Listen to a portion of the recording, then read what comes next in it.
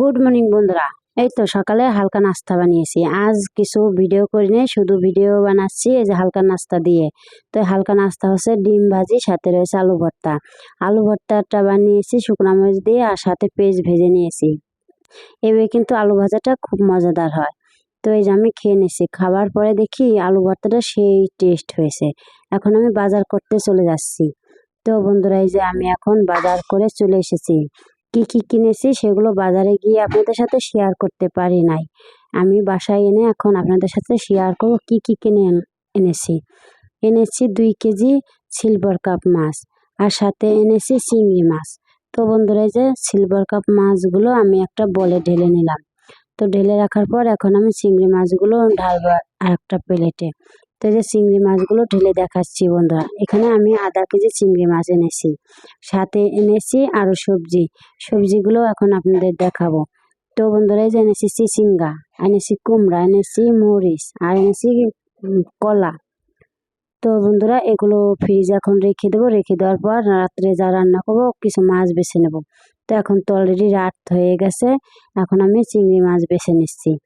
তো যে করা মানে এখান থেকে এই যে এই করা নিয়েছি, এই করা এখন রান্না করবো। রাত্রের খাবার অল্প হলে হয়ে যাবে। তো এই যে কুমড়া কেটে নিয়েছি, আর যে এই করা মাছ বেছে নিয়েছি। তো এগুলো দিয়ে রাত্রের খাবার হবে। তো মাছটা বেছে ধুয়ে নিয়েছি, এখন আমি চলে এসেছি কিচেনে। এখন এই যে লবণ হলুদ দিয়ে মাছগুলো একটু মেখে নেব।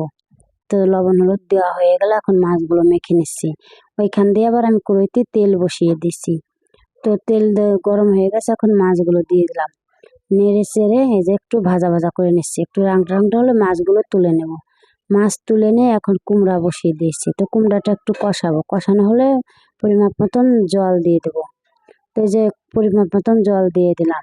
জল দেওয়ার পর নেড়ে চেড়ে একটু পর আবার মাছ দিলাম। মাছ দিয়ে তরকারিটা জ্বালানোর পরে তরকারিটা ঢেলে এখন আমি মাছ ভেজে নিচ্ছি। মাছ ভেজে পরে তেলে আবার তরকারি বাগার দিয়ে নিলাম।